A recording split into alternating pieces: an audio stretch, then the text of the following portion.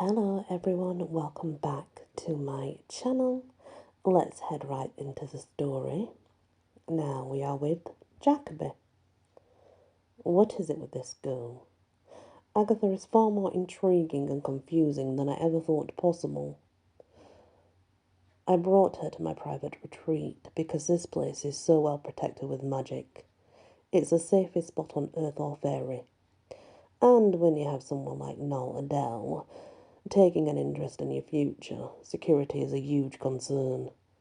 Otherwise, it's not like I'm a regular visitor to my lands.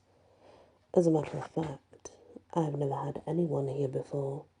In other words, there are no maps or guides to my property, yet somehow Agatha easily found her way into my most secret sanctuary. She acted as if she was following an errant point of light. I doubt it. Turning a march away from the statues of my parents and marched forward to my cottage at full speed. Soon, I've left the clearing behind and navigated through a dark maze of trees, hedges, and shadows. If Agatha wants a warm place to sleep tonight, she can just keep up. As I speed along, my thoughts circle back to Agatha once more. That girl must have cast a spell that led to those statues. It's the only way she could have found my parents' memorial. And to think, I'd almost believed her act about, well, about the put-upon stepsister. She's a secret player. Still, I find myself wondering if she's finding a way, checking over my shoulder. I scan the path behind me. No, Agatha. Bands of worry tighten around my chest. My lands are populated with magical warrior beasts. If Agatha steps onto the wrong path, she could end up at the wrong end of the set of bullhorns. As suddenly, Agatha turns a corner and appears before me. For a long moment, she simply stands in a pool of light. A quiet kind of strength radiates around her. Agatha tilts her head. Are we walking together now? My answer is immediate. Yes. Good. But for your safety only. Agatha mock curtsies. How kind. We step along side by side. A pleasant silence hangs between us. Eventually we step out from the forest and into open territory. So we reach a glistening lake surrounded by massive willow trees. It isn't a conscious choice, but we simply stand beside each other and soak in the view. What is it called? Asked Agatha. Sweet Willow Cove. Are the waters safe? It's very elf-like to give something a nice name and then fill it with things that can kill you. I chuckle. It's fine. I've enchanted it to both warm and free of predators. The willow trees create a kind of loose wall before us, countless tiny leaves rustle in the breeze. Suddenly the long branches part like curtains on a stage. One of my fortitude herd steps out from the shadows and into the open. It's Xanthos, my lead bull. Is all raw power on 4 legs.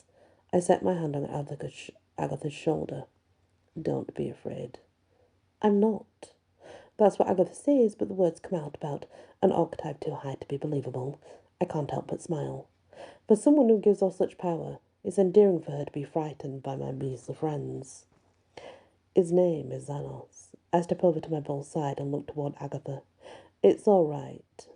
Xanthos won't hurt you. Little by little, Agatha approaches Xanthos. Once she's close to the animal, Agatha raises her arm. I take her palm in mine and place it on the bull's neck. Her shoulders visibly relax. So warm. She starts to run her palm down his flank. Xanthos snuffles. I grin. That means he likes you. I'm glad. Agatha pets Xanthos' flank a few more times before speaking again. Do you have many earth animals here? It's an even mix between earth and fae. About 200 beasts in all.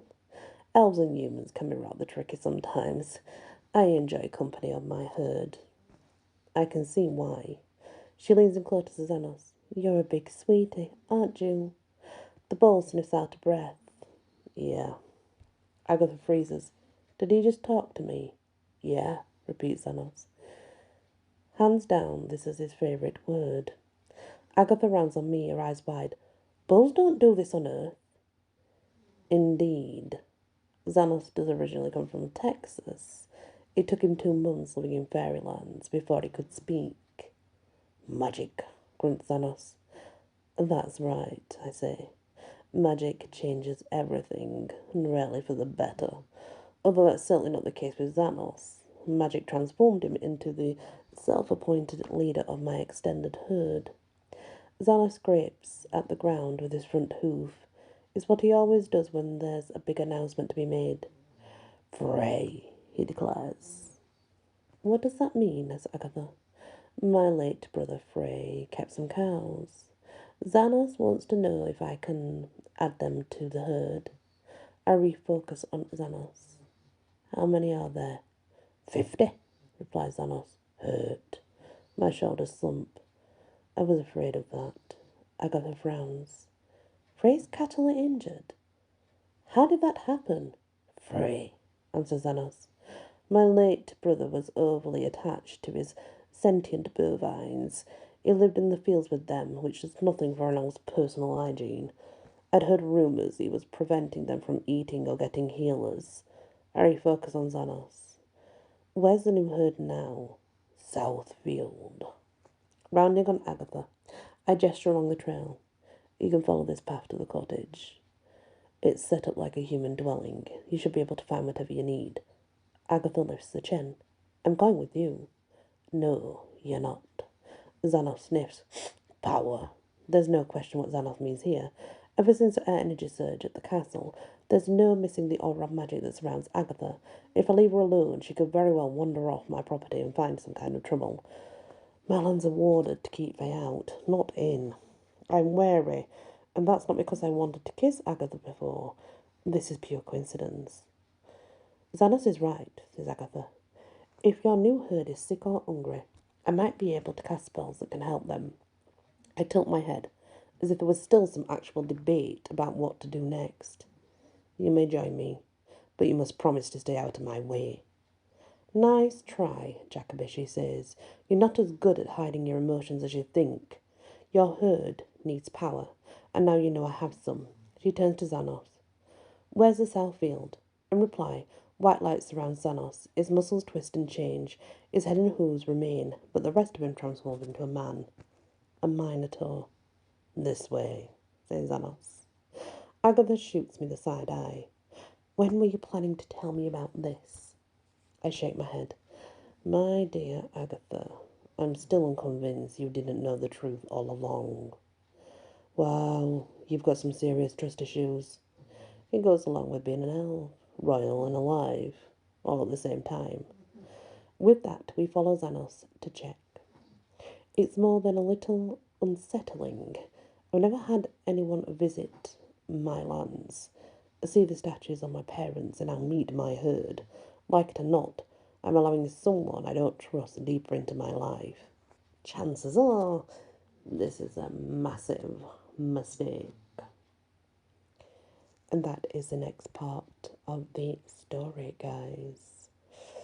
See, getting deeper into it. Thank you for listening, and many blessings.